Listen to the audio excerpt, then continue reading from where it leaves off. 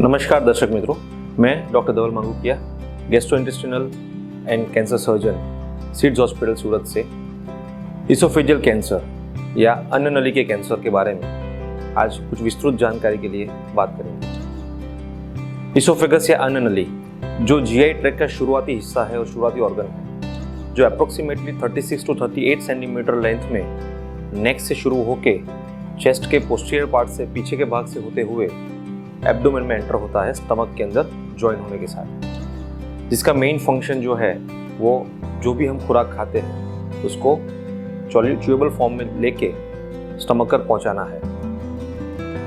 Oesophagus या अन्न नली के कैंसर, इसके क्या लक्षण हो सकते हैं? जो मोस्ट कॉमन लक्षण जो है जब भी कैंसर की शुरुआत है या इस अंग में कैंसर होता है वो समय पे डिस्फेजिया, मतलब जो हम खाना खा रहे हैं वो नीचे उतारने में तकलीफ। शुरुआती समय में शायद सिर्फ सॉलिड फूड को उतारने में तकलीफ हो सकती है, लेकिन जैसे जैसे ये कैंसर आगे बढ़ता है हो सकता है कि वो लिक्विड को भी डिफिकल्टीज क्रिएट कर सकता है। ऑडिनोफेजिया मतलब खाना उतारने के दौरान चेस्ट में डिस्कम्फर्ट या पेन होना। इसके अलावा वेट लॉस, भूख ना लगना, इस प्रकार के भी लक्षण जो अन्य कैंसर में दिखते हैं इसी तरह से इसमें दिख सकते हैं। और क्योंकि ये शुरुआती भाग में होने वाला कैंसर है और खाने में तुरंत ही इफेक्ट होता है, इसकी वजह से वेट लॉस भी बहुत सिग्निफिकेंट होता है। इसके रिस्क फैक्टर्स क्या क्या हो सकते हैं? जो मोस्ट कॉमन रिस्क फैक्टर है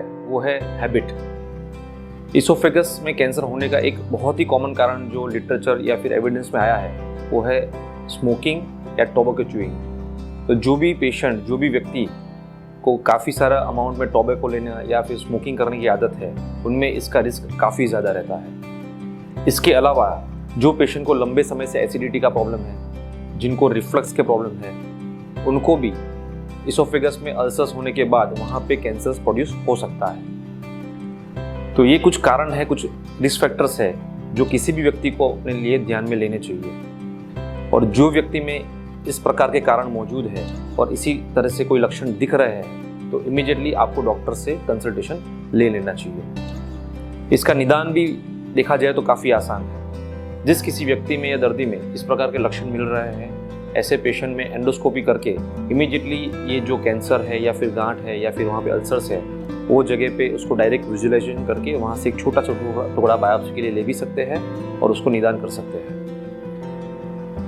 एंडोस्कोपी का इस प्रकार के कैंसर्स के लिए स्क्रीनिंग प्रोसीजर में भी यूज़ किया जा सकता है। जो भी पेशेंट हाई रिस्क फैक्टर्स हैं, मतलब जैसे किसी को फैमिली मेंबर्स में इस प्रकार के कैंसर्स आए हुए, जो पेशेंट्स में इस तरह के हाई रिस्क फैक्टर्स देखने को मिल रहे हैं, ये पेशेंट में हम लोग एंडोस्कोपी स्क्रीनिंग करके भी निदान अर्ली स्टेज में कर सकते हैं। इसके अलावा ये कैंसर कौन से स्टेज में है ये जानने के लिए सीटी स्कैन, एमआरआई, इस प्रकार के इमेजिंग यूज़ किया जाता है।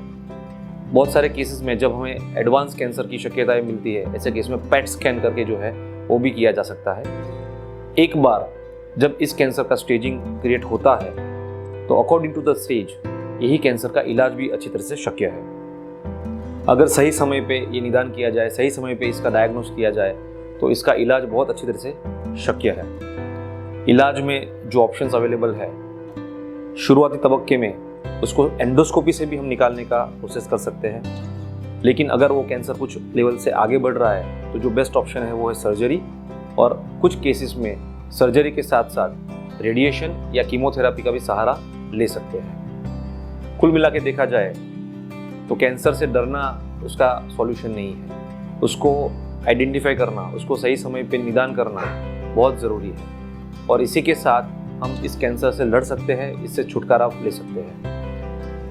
तो ये कुछ जानकारी थी इसोफेजियल कैंसर के लिए, अन्न नली के कैंसर के लिए। इसके विषय में या इसके अलावा आपको और किसी भी अंग के लिए या जीआई ट्रैक्ट के लिए आपके क्वेश्चंस है, आपको जानकारी चाहिए तो हमें इसी माध्यम से या किसी और माध्यम से हम तक पहुंच सकते हैं, हमसे प्रश्न कर सकते हैं। धन्यवाद।